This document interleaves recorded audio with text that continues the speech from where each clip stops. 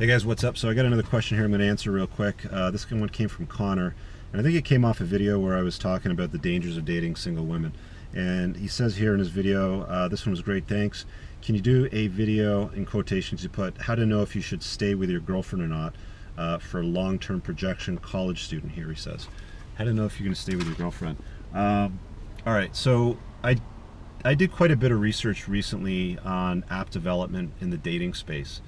And without getting the details on that, what's his name? Dr. Neil Warren something or other, the guy that owns eHarmony. And he did a couple of interviews that I was watching and reading through that were published.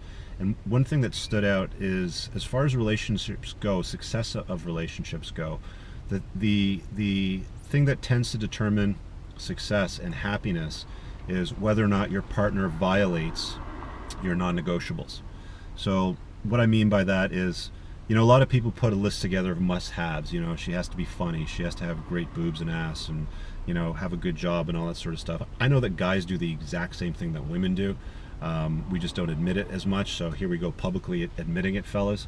Rather than having a list of must-haves, Connor, I think what you want to look at is make a list of what your deal breakers are, you know, what your can't stands are.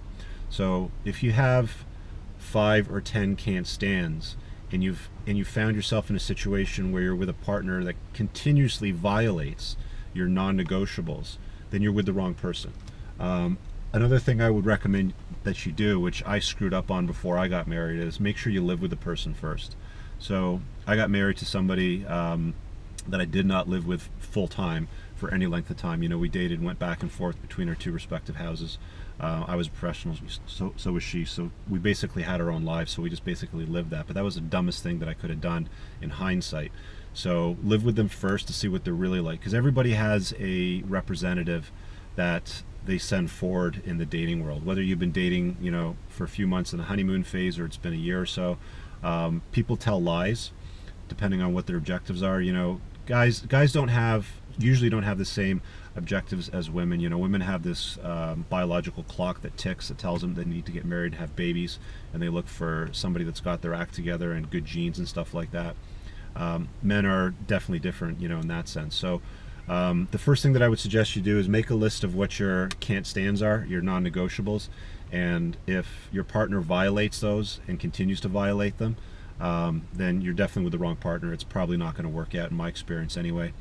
And the other thing is definitely live with them.